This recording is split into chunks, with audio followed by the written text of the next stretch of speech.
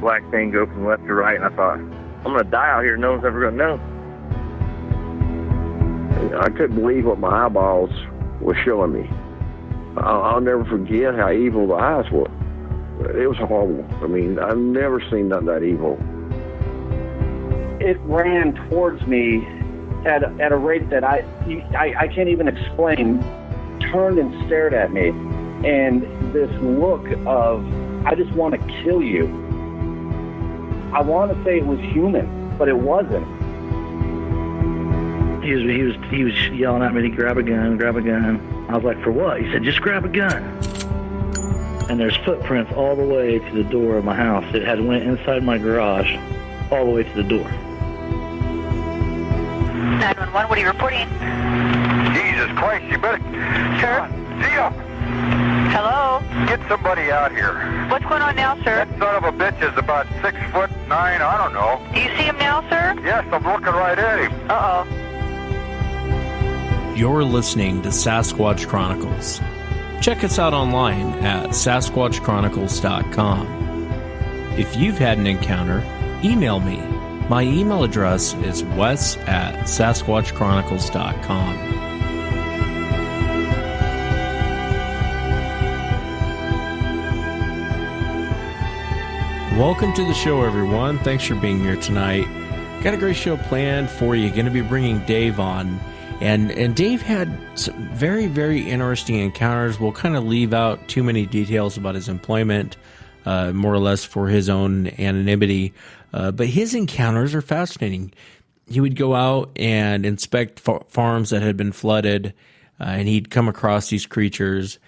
When I spoke to Dave last night, he talked about all the hunting trips he'd been on, tracks he'd come across, sounds he heard. Even one time, I believe he was out hunting, and he actually came across a group of these creatures down this hillside. And it's interesting to hear their behavior. If you've had an encounter and you'd like to be on the show, shoot me an email. My email address is wes@sasquatchchronicles.com. I'd love to talk to you about your encounter, what you've seen, what you've heard. Just talk about your experiences.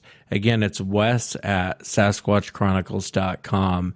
If you get a chance, check out the website, sasquatchchronicles.com. You can click on the shop there at the top, and you can lots of stuff in the store, lots of different items, either for yourself or for a loved one. Anyone who's into Bigfoot, cool stuff. I hope you get a chance to check it out. If you're listening to this on iTunes or Stitcher, if you can, leave us a review. Tell me what you think of the show.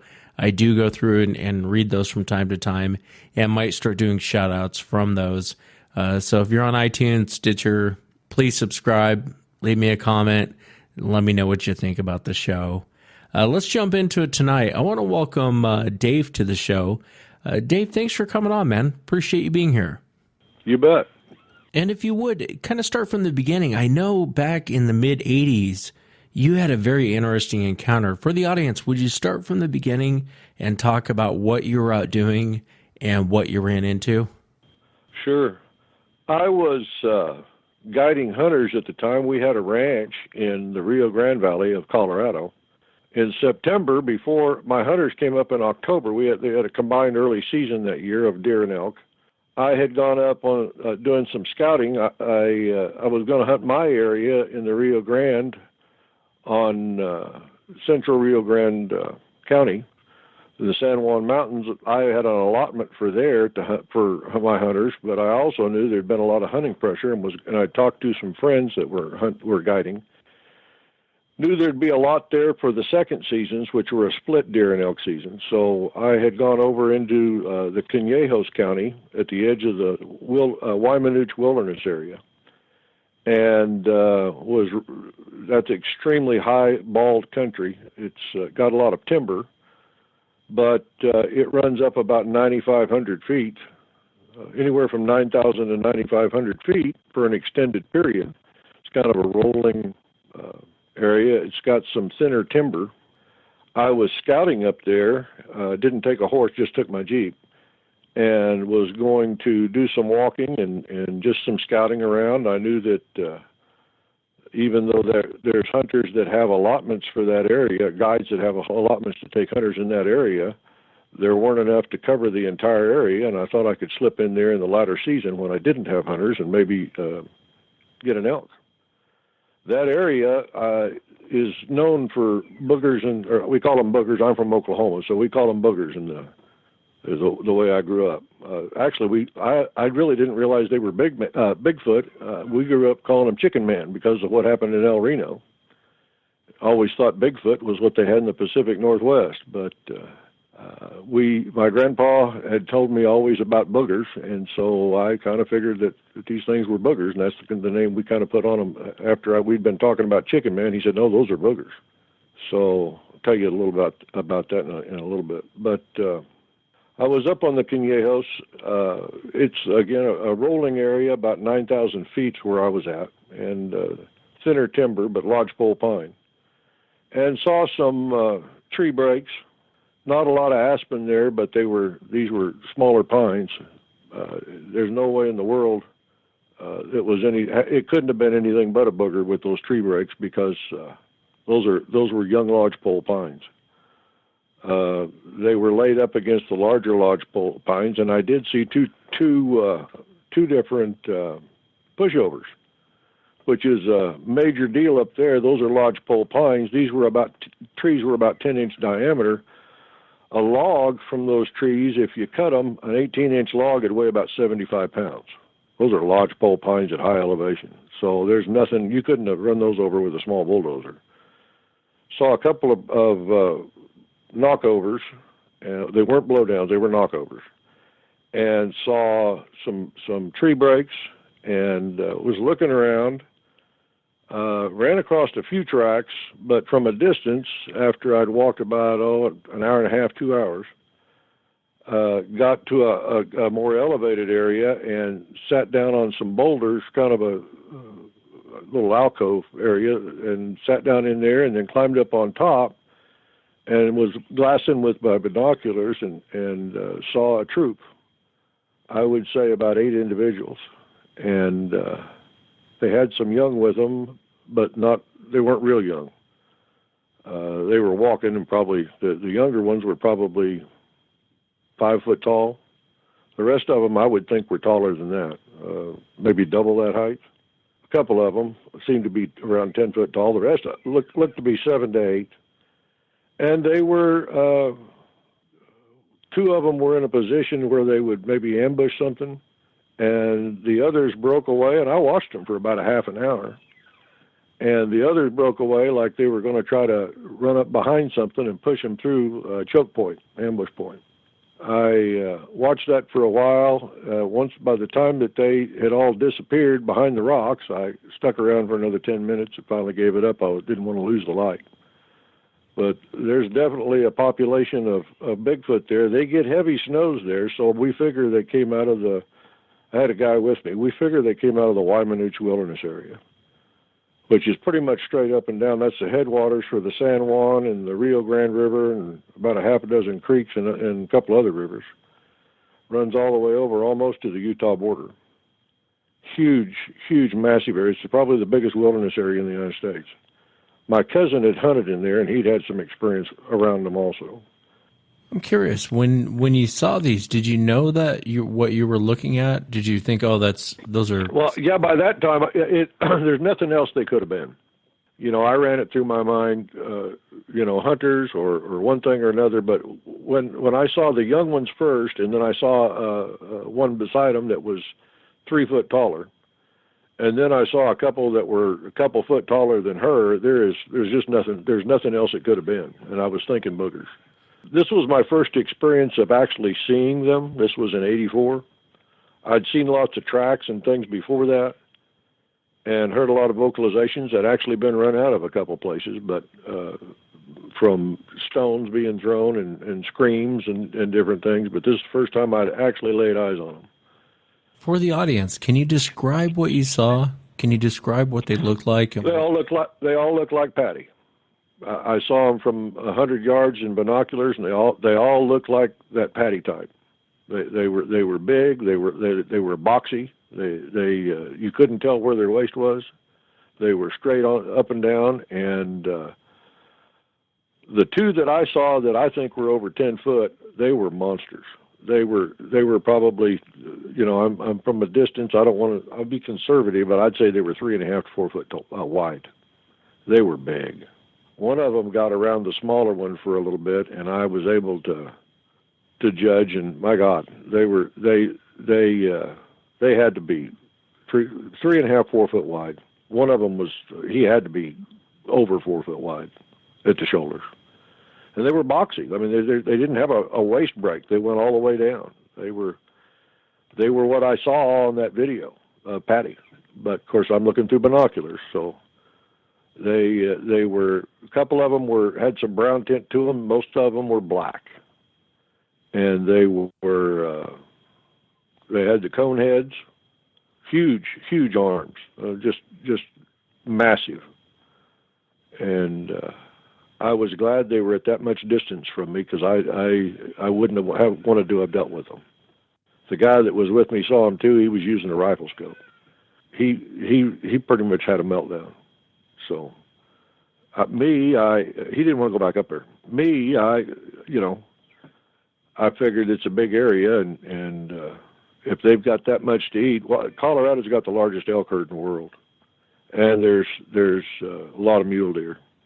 So I figure they were trying to, the mule deer later in the day will hold up right under the edge of a hill or bluff or whatever you got that's got a pinion. A buck will get in there with a couple of does that time of year. And the way I figured it is they were going to try to jump some and get them to run in that direction. They don't really bunch up till later in the year. So usually it's a buck and a couple of does that you'll run into. We used to glass for them. Anywhere there was any kind of a edge, you'd look on the lee side of it, and you'd see bucks and does, a buck and a couple of does. And so when you saw them, your impression is that they were hunting? I think that they were what I took to be females. I couldn't see breasts at that distance. But what I took to the ones that seemed like they were in charge of the young ones, they got down and they like they were staying out of the way. And then I saw two of them that looked like they were 7 or more foot tall, get behind some rocks, and it was a choke point. There's no doubt about it. And then the bigger ones, I saw them. At least one of the bigger ones was in the choke point, and then the 2 or 3 others had gone up, and they disappeared into the woods. So I'm figuring they were going to run them back through there. That's interesting. It's like when I did the show on the Siege of Fanabia, that's kind of how the brothers described it. They would kind of push them down into a choke point and then ambush them. It's just curious that there was little ones and females around. I mean, I would imagine they all take place in hunting, or you see a lot of primates that will show their younger ones how to hunt. Chimpanzees, for example, do that. They'll show their young how to hunt. And I talked about it on a past show. I think it was gorillas that were taking apart poacher traps, and they'd always have young ones nearby, almost like they were showing them how to take apart the trap. So that's interesting. Did it worry you at all? I mean, God, I think I'd been a little worried. Well, we looked around behind us a bunch. I said, I bet. I told my friend, I said, you watch our back. It's the first time that I'd ever felt like we needed to watch our back from something that wasn't human.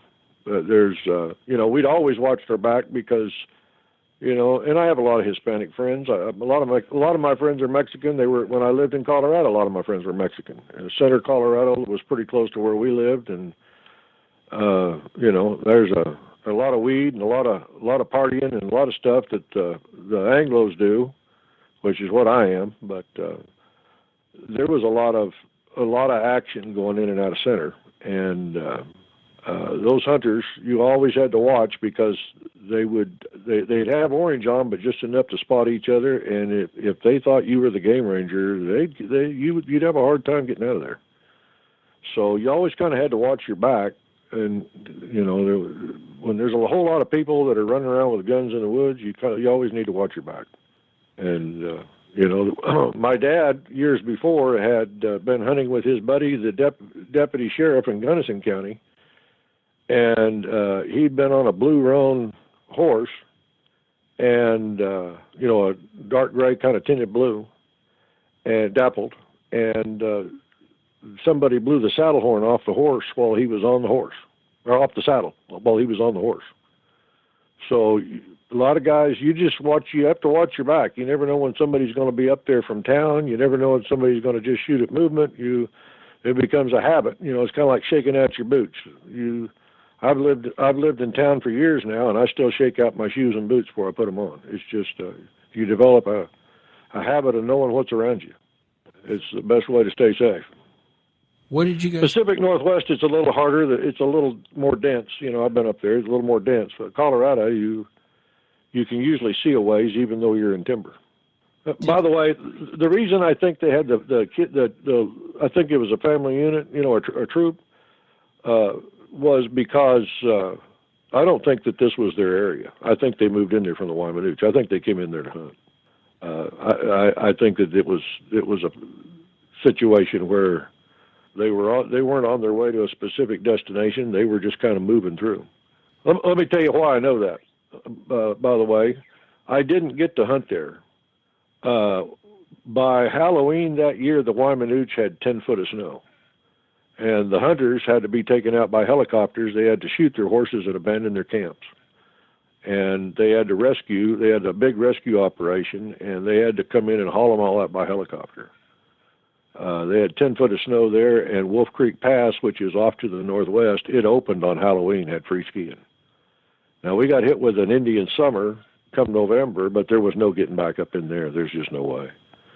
So I never did get to go up there and hunt. That was my one trip up there that to go and look around. Now, I've hiked in the Waimanooch out of Durango, but never into, you know, I was in my Jeep. We'd gone high. There's roads that go up there, but when they get that amount of snow, even 67 degree weather for, you know, a week is not going to make any difference with that. They had over 10 foot of snow come in 3 or 4 days. Did the creatures vocalize at all when you were down there? I heard a hoop, but I could see they were talking to one another. I mean, one of them was nodding back to the other one, but no, we were too far away. I did hear a tree knock before I left. When I was walking back to the Jeep, I heard a tree knock, but I didn't really realize at the time that's what it was. But I heard like somebody hit something with an axe. As you were watching these things through a binocular, it appeared they were communicating and talking to each other?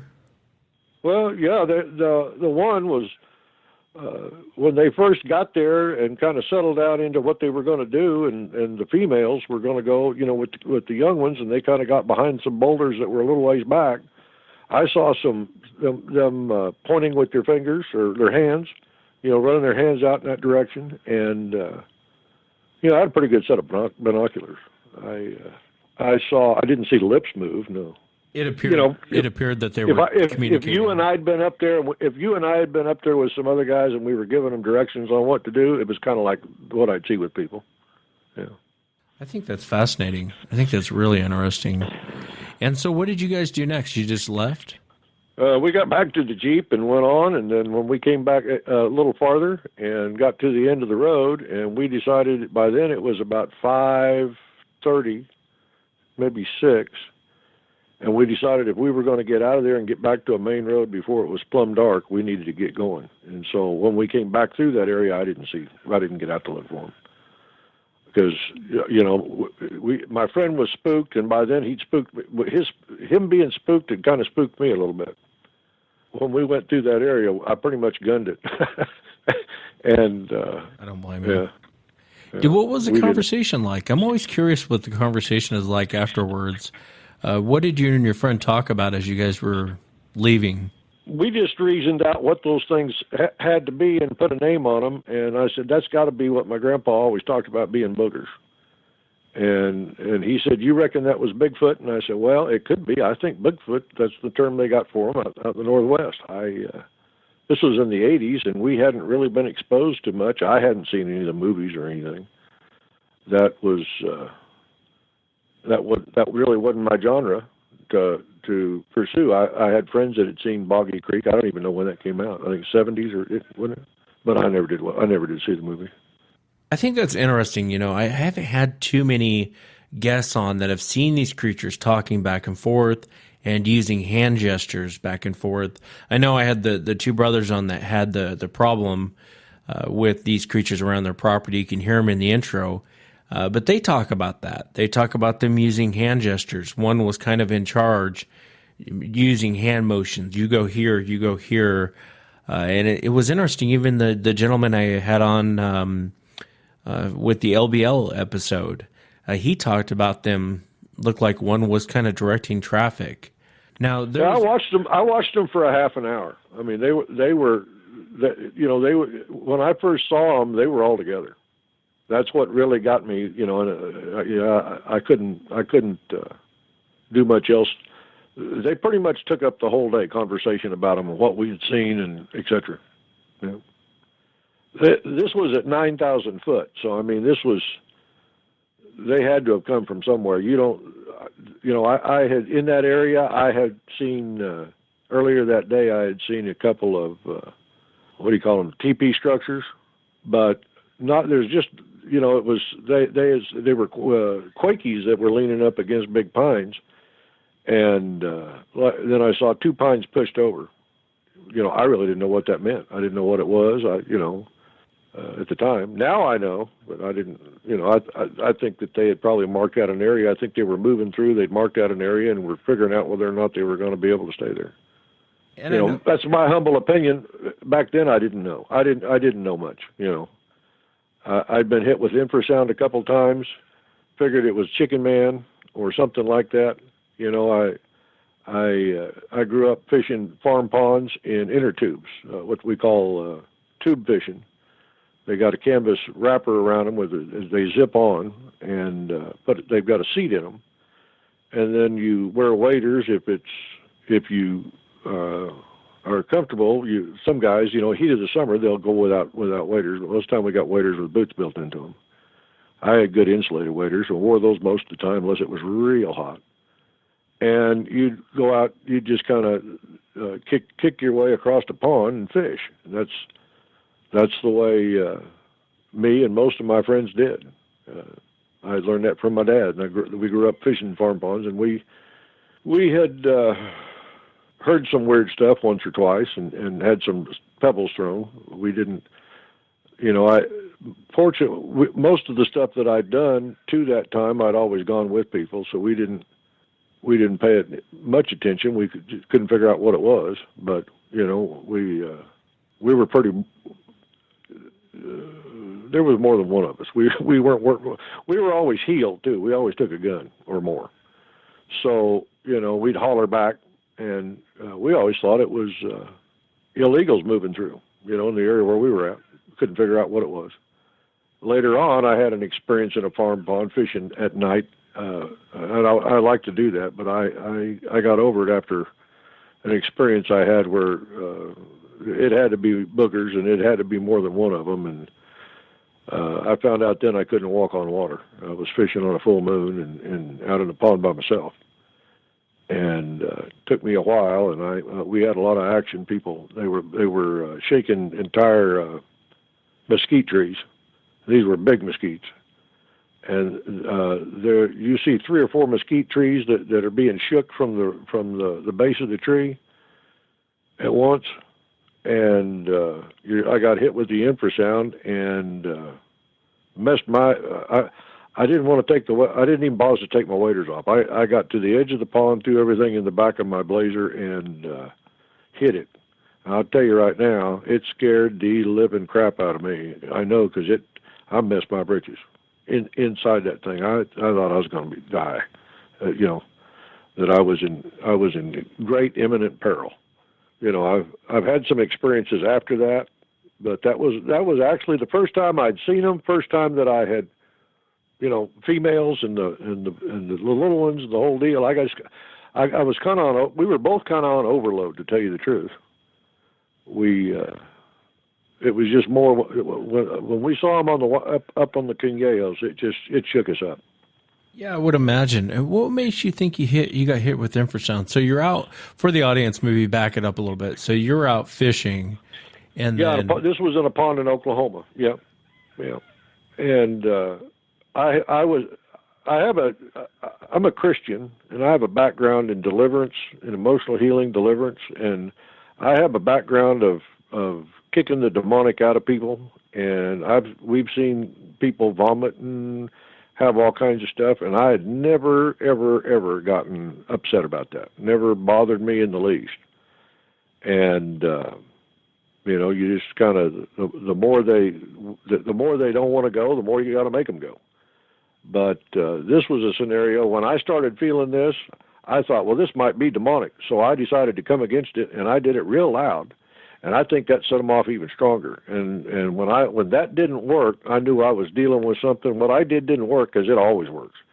And when it didn't work, I thought, my God, something's here from the river.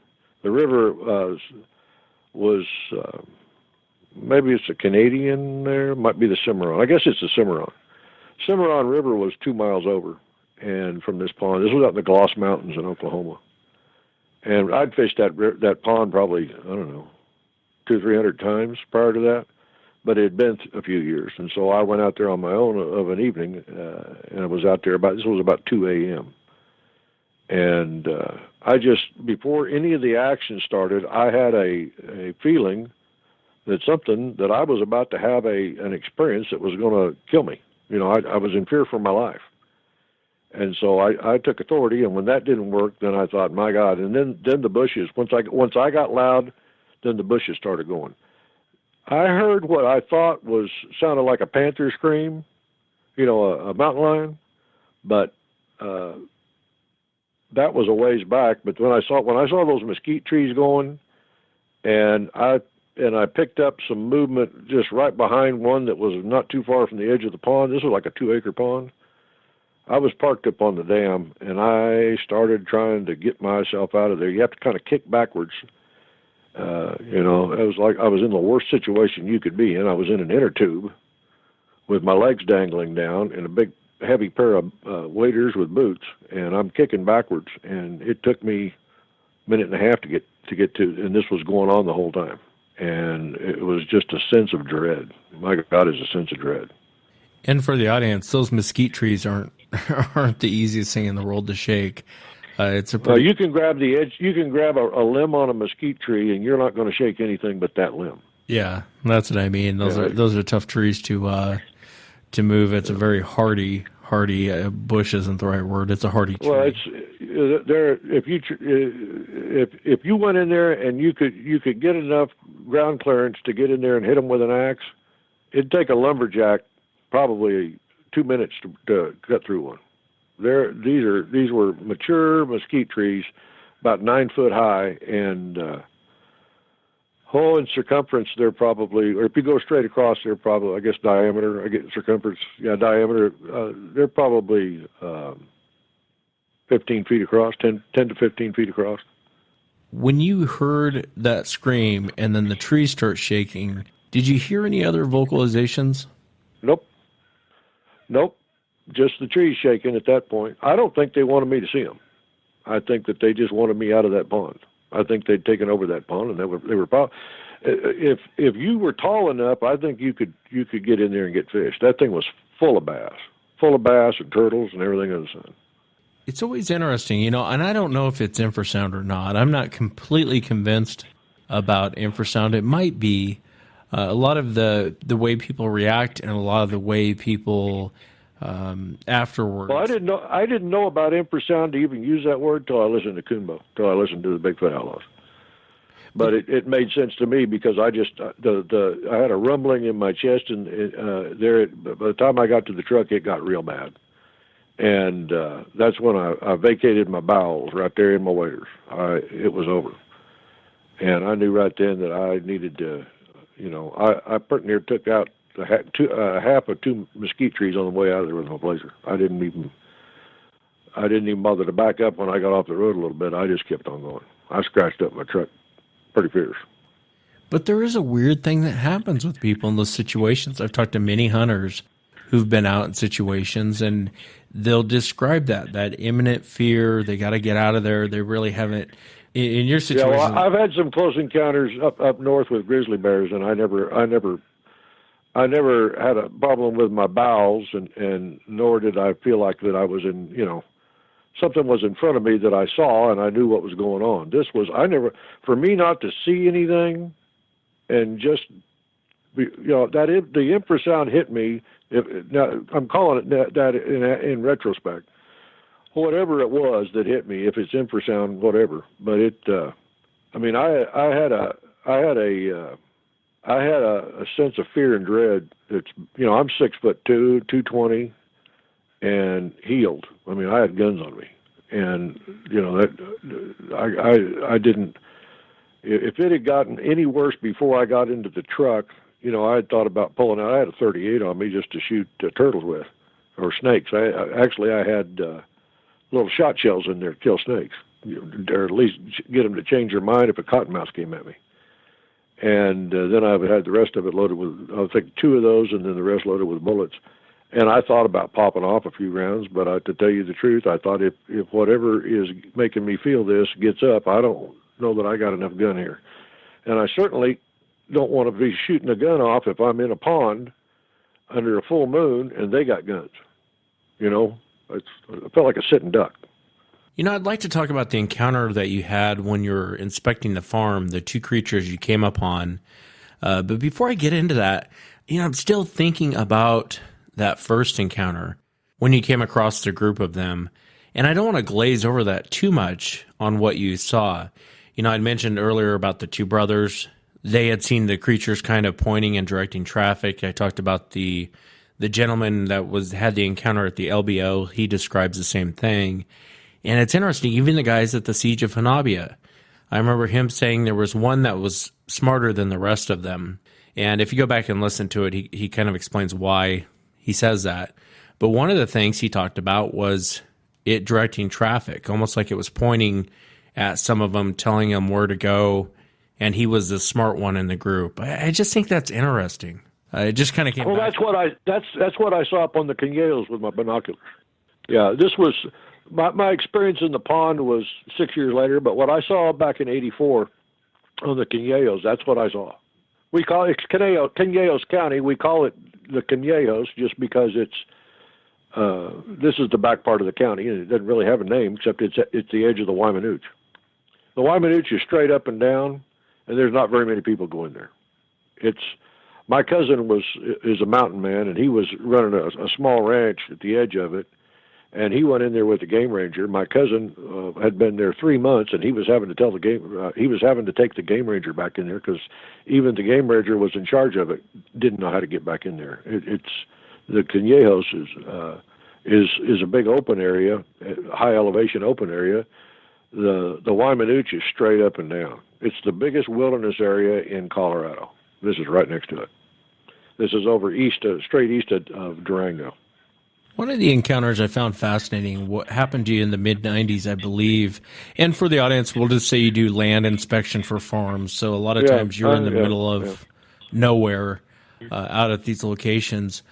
If you would you mind talking about what you ran into and then... Sure. That was my face-to-face encounter. I think they call it a Class A, I think. I was out doing farm inspections after flooding in that area, the 93-94 flood, and seeing how much had been lost to the river and what kind of damage there was. And I had done that a lot in the previous years in Oklahoma and Kansas, southeast Kansas, and parts of Texas. When they had I had gotten out of the business, but when they had the 93-94 floods, I got a phone call and I was back in business. And the water had been up there from the Missouri River it was anywhere from 30 to 60 feet, 30 to 60 miles wide, 30 foot deep, and was up over 90 days. And so the Missouri River had changed its river that had moved over into new riverbed, carved out new riverbed, and I guess they call it changing the course of the river, but it was bad. I got there right at the end of the water receding. There were still cattle. We saw cattle corpses in trees 30 feet up in the air. Cattle stuck in trees. It was one of the weirder things I've ever been around. And they floated up there, got stuck, couldn't get down. And you could tell from the markings, the bark missing on the trees, they'd kicked quite a bit trying to get out of that. They even had a cemetery that washed out, and they had graves in there that went back to this is right at the edge of one of the towns. They had graves in there that had been in there since Civil War. And they washed it out, and there were stories of people finding corpses up and down the Missouri River downstream of there that were still had the pillow under their heads. And so there was a lot of strange stuff. And but I had been in Carroll County, in southern part of Carroll County, and I'd been looking at some farms, and the berms had broke. Parts of the farms had gone into the river, and so I was driving a Taurus station wagon, a little front wheel drive at the time. I got out and went over a berm, looked at the river, took some pictures, and I had come farther north. The berm was a north-south berm, and the river had flowed parallel to that berm and then made a big, wide bend. This is a Missouri River. It's a big river. And wasn't always real wide, maybe 50 to 100 feet in some places, or 50 to 100 yards in some places. But there were places it was a lot wider than that. But it was deep. This is a Missouri River floating out of Montana. It had taken the topsoil off a lot of farms and ruined them, etc. And so I was in there, and that half of that farm was gone. And so I had walked up pretty much as far as I could get to where the river had cut, and then I crossed back over the berm, and I knew there was an east-west berm farther north, and I wanted to go up there and see how far it was to the river. It looked to me like the river was pretty close to the edge of that east-west berm. And so I'd come farther north, and I came back across, and the bushes, and I got hit with, right before I went over the berm, I got hit with the same kind of feeling I'd felt over in southwest Colorado. And I thought, what in the world? And so I came over the berm, and I'd already decided I was going to get to the car once I felt that I didn't need to go look up there. I could give that guy a write-off. That farm was written off.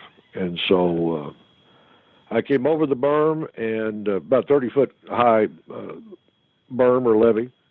They call it levee some places. It was just made out of dirt. I came over that and came around some bushes, and when I did, I turned to the north, and I was going to see how far I could go, just kind of get an eye shot of it before I made my way to the car. And came face to face with these things. They were probably 50 yards away. I had turned, and now I'm facing them. And boom, there they are.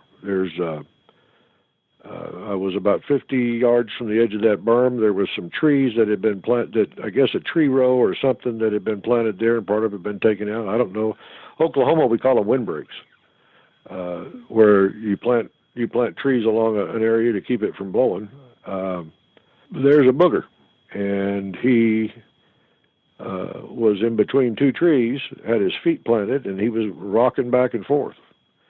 And then I saw just beyond him, over the berm, another one that seemed to be on its hands and knees. That part of that berm had been washed out pretty much, and the other one was on its hands and knees. And it glanced up at me and then went back down and looking where it was at. Now I'm looking at this thing, and it's looking at me, and we just kind of locked gazes, and I'm thinking, what in the world, and what should I do? The infrasound had quit. And it looked like I had taken it by surprise. I think that's what I had found, what I'd been feeling earlier before I walked over the berm. But I think it was expecting me to come out where I went in. And when I came out farther north, closer to it, I think it took it by surprise. It looked surprised for a little bit, and then it just kind of looked like it was interested. But it's still kind of rocking back and forth between the trees. I'm 6'2", 50 yards away. I'd say it was at least a foot and a half, maybe 2 foot taller than me, and it was all black. From its nipples up, it looked like Patty. From that part down, it was skinnier. So I've heard the guys on Bigfoot Outlaws talk about the Neanderthal type. I think that's probably what this was. But it was built. I'd say it was at least 3.5 foot wide, and at the shoulders, and it was cut, and it went way down. It had a real small waist, and huge thighs. Looked like an athlete, big time.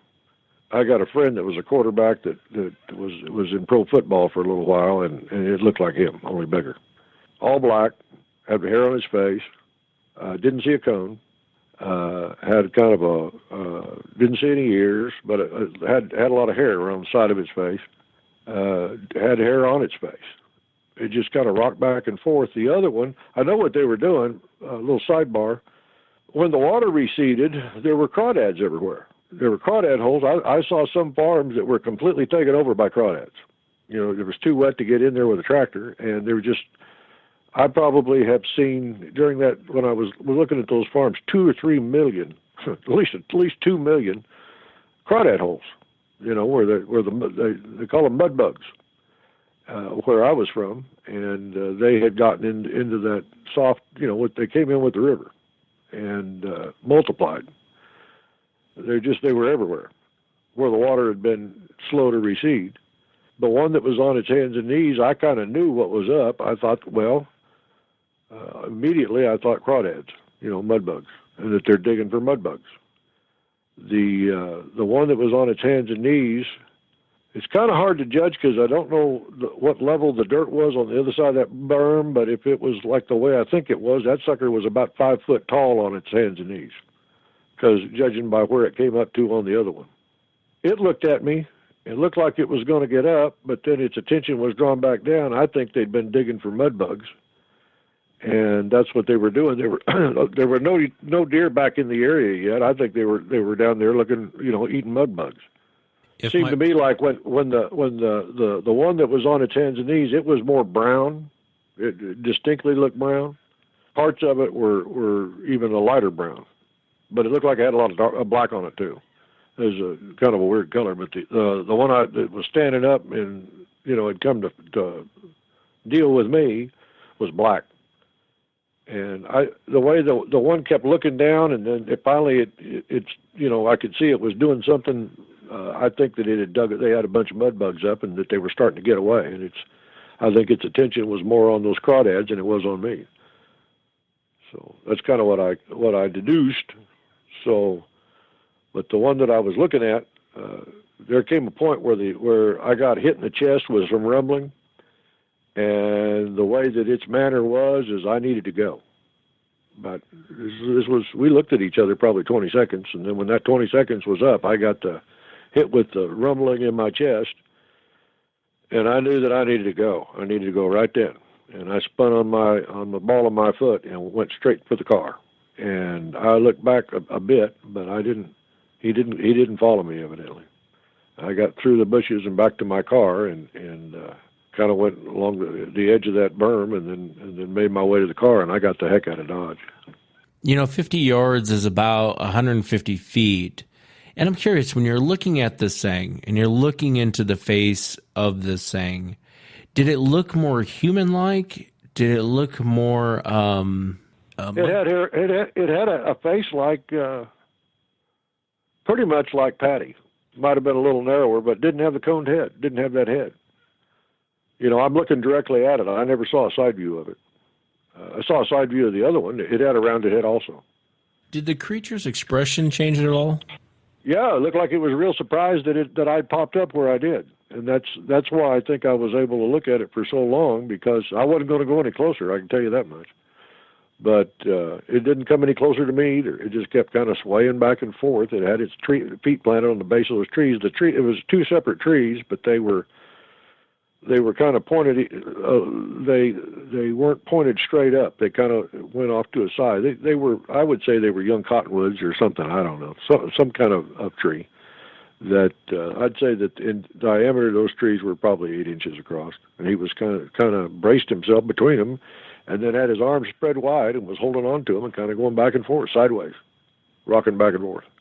I kind of got the impression, because he was too far for me to see, but I kind of got the impression at the end, close to when I boogied, that he was showing me his teeth. But I couldn't see for sure. But I kind of got the impression he kind of made a weird face, and I thought, oh boy, it's time to go. That's when I was getting hit in the rumbling in my chest and the fear and dread and terror that I was about to get clobbered. Yeah, and that's what I was curious about, if the expression actually changed. A lot of times with witnesses, when they come face-to-face with these things, they'll describe them as being stone-faced or looking surprised. And that's why I was curious if the expression on the creature's face had actually changed. Well, he watched me for a while like he was interested in me. The surprise lasted about 5 seconds, and then he kind of just, our gaze locked, and he just kind of looked me over, like he hadn't seen people before. Kind of looked me over. I looked him over. I was kind of locked there for, like I say, this went on for 20 seconds probably. 20 seconds is a long time when you're looking something in the eye. Oh yeah, it's a lifetime. Did you ever decide to keep doing this, or did it ever cross your mind, I'm done with this type of work? No, I kept, I was inspecting probably 15 to 20 farms a day at that time, and I was getting paid, $300 a farm to do it. So no, I wasn't going to quit. But I was a lot more careful when I got around the river. I bet. It's interesting when you run into these things. It really. I started packing a pistol after that day. Yeah, that's what I was going to ask you. If you decided to go, I had a gun at the motel, and I got it out and put it on. It was a 40. Back then I carried a Series 70 911 45 ACV, and I always liked it because it was flat and I could stick it above my my belt and back, and not. I didn't carry it in town that way, but when I was out, you don't want people these farmers or people I was interacting with to see a gun. But, back then, and statute of limitations is over, so I can go ahead and say, yeah, I carried it concealed, and that was before the days of concealed carry permits. I was packing after that. One of the things I want to talk to you about is the tracks. And I know you've been out in the backcountry either hunting or doing the type of work that you do. You're always out in the middle of nowhere. And I wanted to talk to you about the tracks you've come across. Would you mind talking about some of the tracks that you've actually come across? Not necessarily running into Bigfoot, but actually seeing the physical evidence of them? I've seen lots of, we call it sign. I'm a hunter, we call it sign. I've seen poop, I've seen tracks, I've seen booger tracks. I've probably seen, 3,000 or 4,000 sets of booger tracks over the years. After the '84 deal, because I started doing the farm, they had in '86, they had '87, they had floods in Oklahoma, and all along the Ouachita River. I inspected farms all along the Ouachita and the Arkansas up in Tulsa, and a couple of tributaries that went into there, and did a lot of work east of Tishomingo, and then along the Red River, pretty much from Brown Springs over to I'd say within 50 miles of Brown Springs going east along the Oklahoma side of the Red River, and lots of tracks, big ones, little medium-sized ones, and little ones. So families, they come down to water, fish, whatever.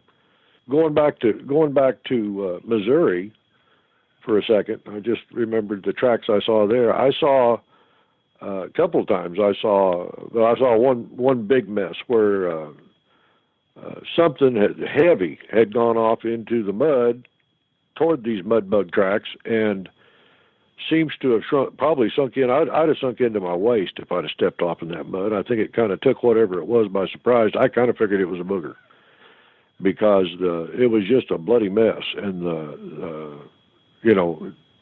something had stepped off into that mud and probably gone in real deep, and then had to kind of swim its way out of that mud, and it was there was a whole bunch of sign there, and I saw booger tracks around that too.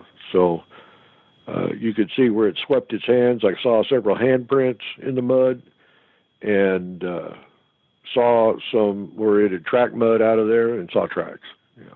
But going back to Oklahoma, I saw tracks there, and then I saw a few more sets of tracks in Missouri. What I saw in Oklahoma, I had some pretty close encounters in Tishomingo, east of Tishomingo. I heard I got hit with some roars and some screams that turned into roars. Sounded like a woman, and all of a sudden it went into a deep roar, all in one go. Heard owls that weren't owls.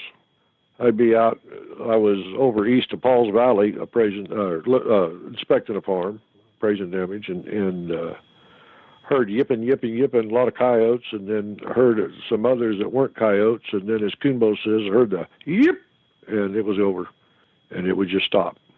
Then it'd come up again a little later, like they were calling them back, but saw a lot of tracks, seen a lot of tracks. The ones also, what upset me was I would be on the lookout for whatever was causing these tracks. These farms, I was in and out. And I only went where they were really buggered up, where they were really messed up.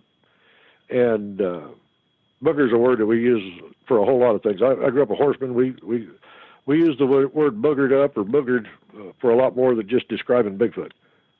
I got land that was messed up, and I'd get an eyeball on it, see what, I'd have a formula for the dirt, with the topsoil, how bad it was. You take I had a formula that I used. I won't go into that, but I almost did, but you don't need to hear that. Saw what I would call a dog print, probably 9 inches across. Saw some dog prints. That was the biggest one. I've seen some dog prints that were too big to be a dog. Saw a place one time on the Red River, across from there's a town called White Horse, something like that, in Texas. I saw tracks there that looked like the front part of it looked like booger tracks, but they had claws. And then you can see the pad of the ball of the foot, and then you go back, and there was a V, and like something. And then I saw there was looked like somebody had rested a basketball behind it. So I figured something was sitting down. I've since kind of figured that those were some kind of weird. It had human toes, but they were claws on the end. You could see where the claws had dug in. And I'm thinking that was some kind of weird variation. Later I kind of learned that those were probably dogman prints. Saw those there. Saw those over in by McAllister. Saw those over in on a creek, and saw those in Rogers County up north of or whatever that county is, just north of Tulsa. Saw them there. I've also seen those around the edge of Oologah. And I'd heard Coonbo say that he had been over there at a town called Foyle. I've inspected farms over there at one time, and I've seen weird prints over there too. But I've seen lots of booger prints up and down the Red River, and up and down the river that had been flooded there, and also over at Holdenville, which is just north of there. It's interesting when you see those tracks. A lot of people right off the bat will say, "Well, that was a bear." But you've been a hunter. Well, there's no. Here's the deal. This was all farm ground in Oklahoma, and there's no bears in Oklahoma. There's just flat out no bears in Oklahoma, unless you get to the Kiamichi. And then I would say that there's probably less than 10 bears in the Kiamichi. I've been over there. There's just no bears. I haven't seen any bear sign. Bear sign's easy because it looks like a donut most of the time. That's where they used to call it. Cowboys used to call donuts bear sign because it looks like bear poop. They put out one that looks like dog poop, only it comes solid, and it usually the way it comes out, it'll curl around and look just like a donut. You get a bigger bear, sometimes it'll come out more in mass, but most of the time when you're talking about a bear that's probably less than 200 pounds, it's going to look like a donut. That's why the old cowboys, they called donuts bear sign. Dave, I know we're wrapping it up here and we're closing it out for the night. I wanted to ask you, though, when you were up close, you got a good look at these things on 2 different occasions. You got a really good look at them. What is your impression of these things? What do you think that these things are? Well, I'm a part-time minister. I do a deliverance ministry, emotional healing, that kind of stuff's my focus. I've worked in and out of deliverance ministry a lot of places, and I kind of look to the Bible. And I know there's a lot of folks that don't. They come up with all kinds of things. But to me, and there's folks that say these are flesh and blood and there's not anything paranormal about them at all. They're just really good hiders. I believe these things are part fallen angel in some way, shape, or form. Does that mean Nephilim? Does that mean one thing or another? I don't know. But I believe that somewhere way back when, I mean, there's sheep squatch, there's Sasquatch, there's dogman, there's, some guy listened to 2 different people have seen them that were 16 foot tall, dogmen, with eyes on the side of their head instead of the front. You've got, all these different dogmen that look one way or another. You've got these Bigfoot. I think these things are part fallen angel in their DNA. How far back that was, I don't know. But I think these things go back to, it's not just the book of Enoch, but it's the book of Jasher, the book of Jubilees, and it talks about this stuff. I think the reason that Moses didn't go into it very deeply was he made reference to, is this not in the book of Jubilees? Is this not in the book of Jasher? And so he made reference to these other books several times in Genesis. And I think that there were other contemporaneous writings that the folks were exposed to back then, and he just, and you almost can hold their verses up to his. I think he made his stuff match up with theirs. And I've read that in those other books that that before the flood, in Noah's time wasn't really the giants. That was his great grandpa Jasher, Enoch's dad. And with the time of Noah, it was when I say Moses wrote the first 5 books of the Bible. But he referred to the times of Noah. In Noah's day, it was cryptids. And you read in the book of Jasher that they had corrupted the seed of all animals, all reptiles, all fishes, and all birds.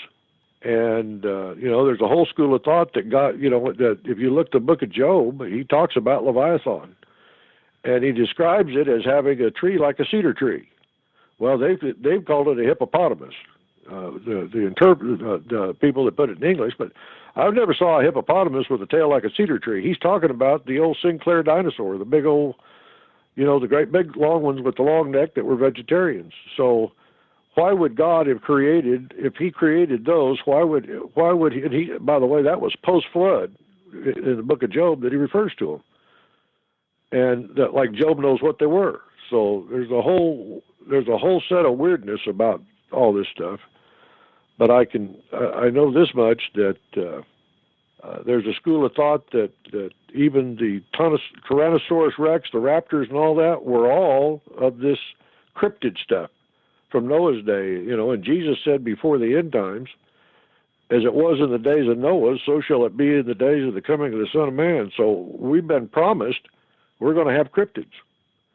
And I can tell you right now, there's been a population boom of all these things, because when I was a kid, we ran all over the country, and you just didn't hear very many stories about this stuff, and now you hear stories just all the time. I personally believe that the fallen angels are aliens, and I think that they showed back up. The aliens are fallen angels, and I think that they showed back up post-flood, started working their whatever it is they did to cause this. I think these things are part, and if I'm right, and they are part, the giant of Kandahar, etc. I know L.A.'s Marzulli in his work, and know him, and know a lot of these guys, and I'm of the opinion that there's been there's been interference in the gene pool since the flood. That these things weren't. There's no way in the world Noah took these on the boat, and there's no way in the world these things could have stood up to water that deep. So this is post-flood, and I think that these things have a genetic disposition that enables them to. Do they cloak? I don't know. Would you call it that? Well, not the way some people do, but I've seen videos of a guy that walked past a bush. I saw the bush. He went back there, and then all of a sudden the booger crosses his trail behind him. He's got a camera on behind him, and it's a booger. And he goes back there, and there's no bush. There's no bush. There's not even anything around the bush. But yet I saw the bush as he walked by it on video. Now, then he goes back and he shows the exact same spot in the wintertime. This was in Tennessee, and there's no roots of any bush. There never was a bush. So if these things have some kind of gene pool, the way I'm talking and the way that a lot of people believe, who knows what that means? Are they physical beings, and, are they stuck in our dimension? Yeah.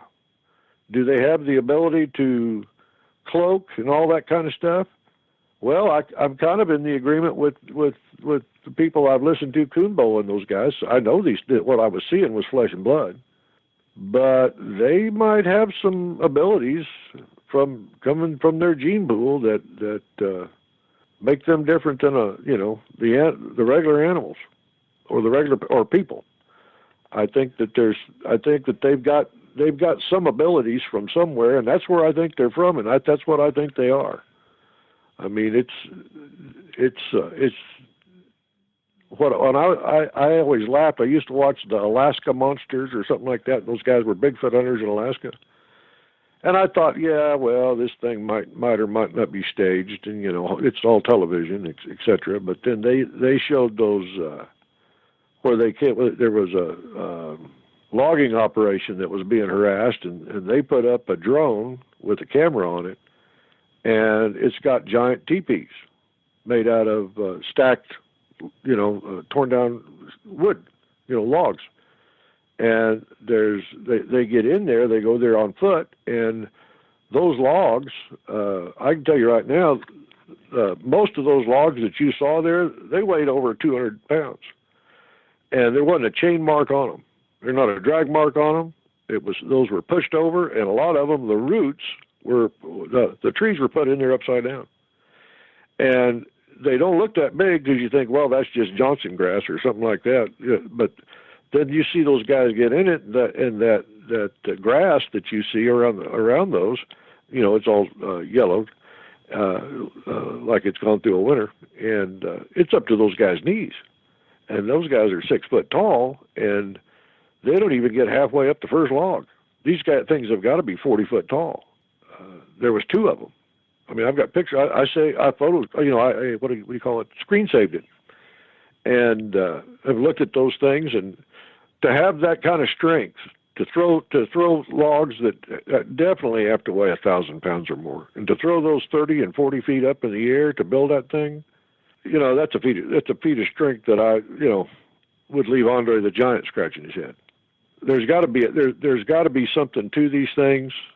For these things to be Gigantopithecus, then Gigantopithecus had to be, there's something superhuman about these things.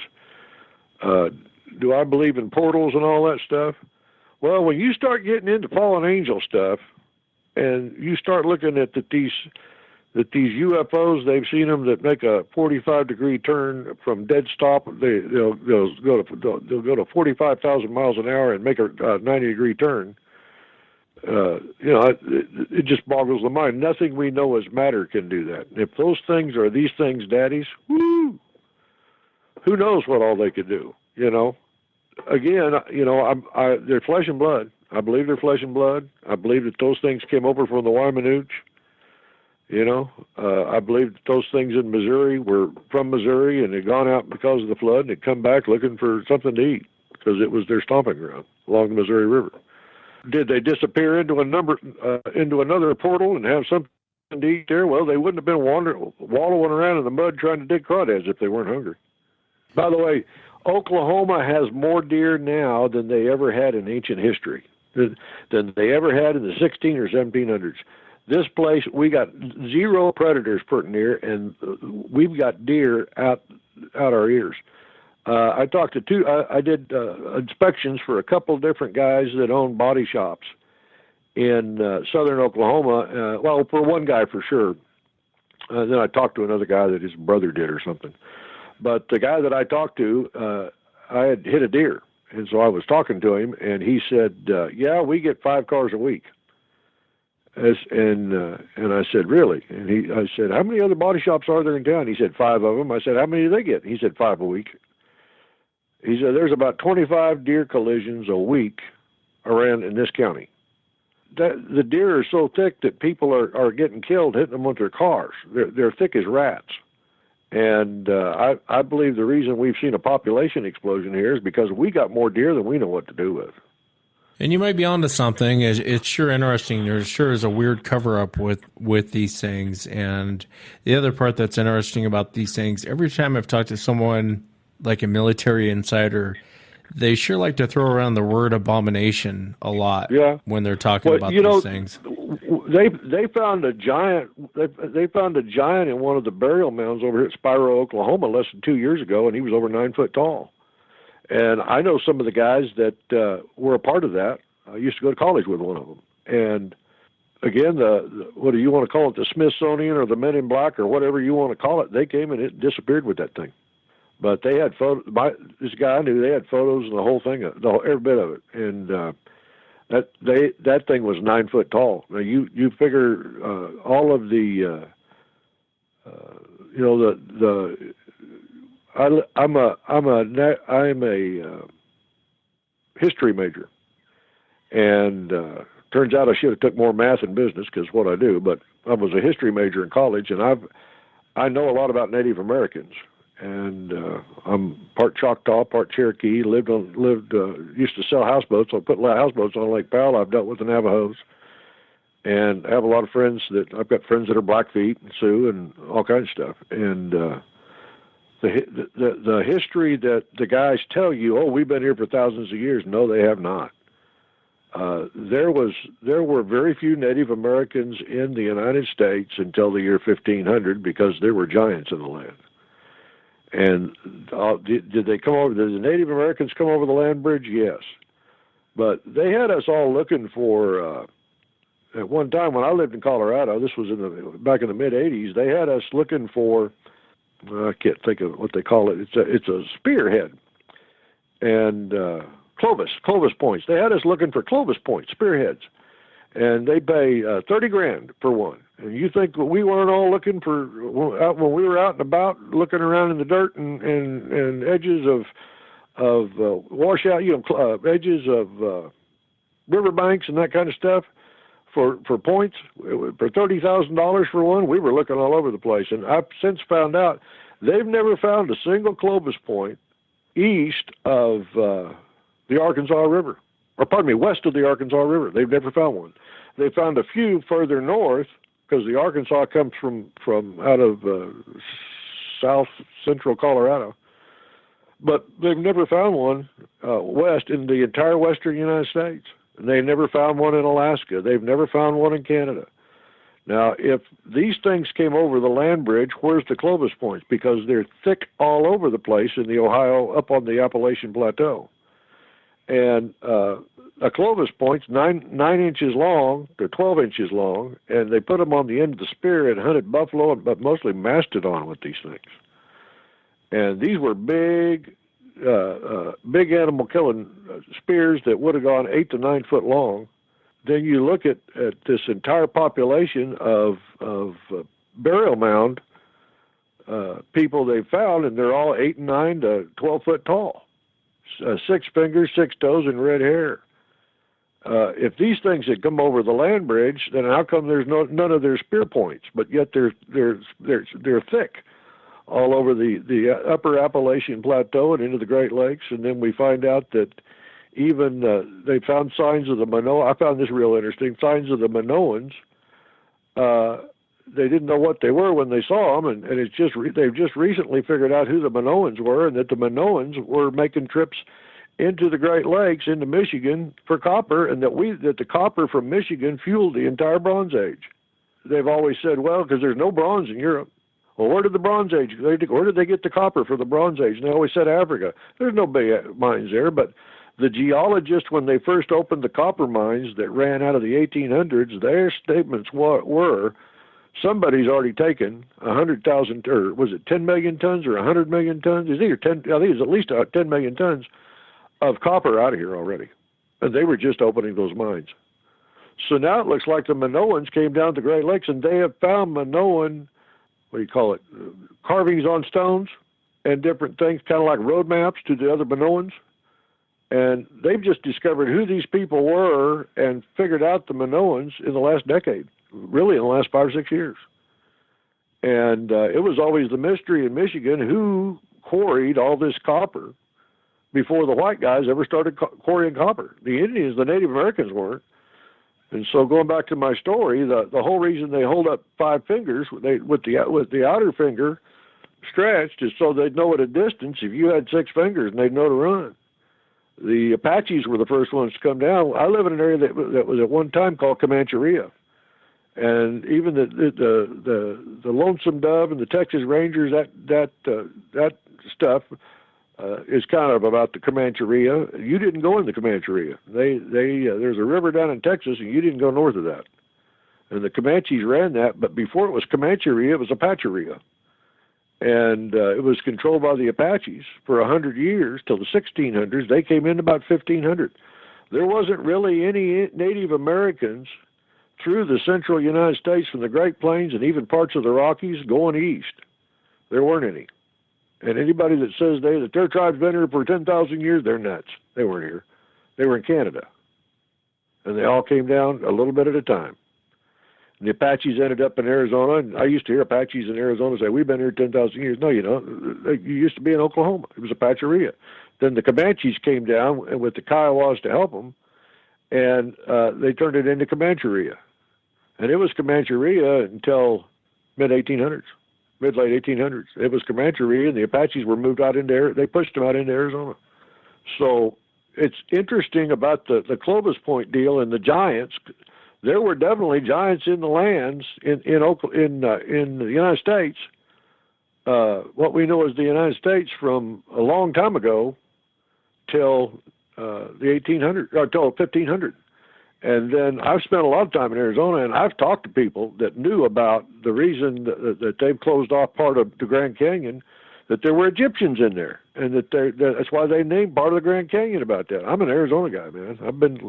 I spent 9 years in Arizona. I spent off and on 25 years in Colorado, off and on, and then some of it full-time, part-time, because my family's from there. And I've Durango and Mesa Verde, and that's my old stomping ground there, and over in Arizona, Tuba City, and over into Mexican Hat. And like I said, we sold houseboats on Lake Powell, but that's my old stomping ground. There weren't. They talk about the Anasazi, and they don't know who those people were. And then you hear about the Aztecs. The Aztecs originally came out of the United States and were run out by somebody. They were run out by the giants. So if the fallen angels are the aliens and there were giants in the land, then it kind of goes to show you that maybe we did have some apes cross the land bridge, or maybe these things were over in Asia too, and that this what's called a ancient people. I believe I have great respect for the man that works with David Paulides. I can't think of his name, but he's a forensic artist, and he worked for the Oklahoma State Bureau of Investigation for years, and he also did work for all the federal government, different alphabet soup, and I got great respect for that guy, and he can take the hair off of them, and they look like a native people, an ancient people. The only problem is the ancient people at most are 6 foot tall, and these things are 9 foot tall. So, do they have a 5 finger, a 5 or 6 fingers, and roots going back to the 6-fingered guys with red hair. Seemed like that would make a lot more sense than anything else anybody can come up with. So I'm off my soapbox now, but that's because I've thought a lot about this. I'm a thinker. I kind of want to know what in the world are these things? Where did they come from? And I go to the Bible, and once I started looking at the book of Jasher and seeing it lined up with the verses about the giants in the land and that pre-flood stage and some of this stuff, it just seems to me like that makes a lot more sense than some of the stuff I've heard from other people. Yeah, you might not be too far off. It's interesting to look at, especially I think a lot of our past history isn't really what we've been taught. You look at that wall that forensic archaeologist that had the TV show, I can't think of his name. He's definitely not a Christian. But that wall out in San Francisco, they haven't been able to figure out who carved that, stacked those rocks and made that stone wall like a fortification wall. And then he traced it to China. And then come to find out, China, they've recreated one of those ships. The sucker is 100 foot long, or close to 100 yards long and 50 yards wide. And they had a fleet of them. And they had several thousand men on those ships. They got one of them they've recreated sitting in a harbor over in China right now. And it turns out the Chinese were over here and basically had settlements and the whole deal way back when. You know, this whole narrative about Columbus discovered America, I think, is just nonsense. It just doesn't make any sense. It doesn't hold any water. Turns out the forensic archaeologists, they got those guys, tell me if I'm carrying on too long, but they got the forensic archaeologists to look at the runestone, and instead of judging, historically, they just simply took that Minnesota runestone. They took a sample of it, and then they measured it against samples. That thing said it was carved in the 1362 or 67 or something like that. And so they went to gravestones over in Europe, made out of the same material, and the weathering was the same, and everybody says that that thing was disqualified. Well, the CSI guys requalified it, and which means that the Templars and the Vikings were here in what is the center of North America. If you count Canada and Mexico, the center of North America is central Minnesota, and they were here in the 1300s. And if they were already here, that ought to tell us something. Yeah, it's interesting stuff, especially when you start really researching into who was here. I tend to agree with you about the Columbus thing. But, Dave, we're almost out of time. I appreciate you coming on the show. Thank you so much for sharing your encounters. And I always enjoy hearing what people think, their impression of what these creatures are, and, just taking the time to come on. So thank you so much. I'm a fan of your show, Wes. Thank you. I think I've gone back and listened to every episode. Yeah, I appreciate it. Thank you again. Appreciate it. And that's it for tonight, everyone. Remember, if you've had an encounter, shoot me an email. My email address is wes@sasquatchchronicles.com. A very interesting encounter. I always love hearing what their theories and their impression. And it's like I always say, until someone has one in their garage that they're studying, no one truly knows what these things are. But it's fun to speculate about it.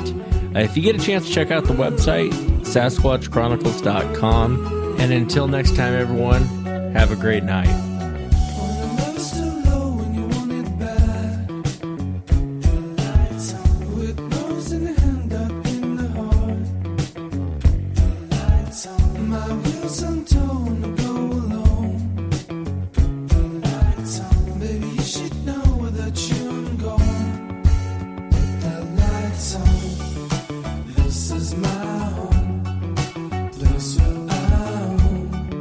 Memories of you.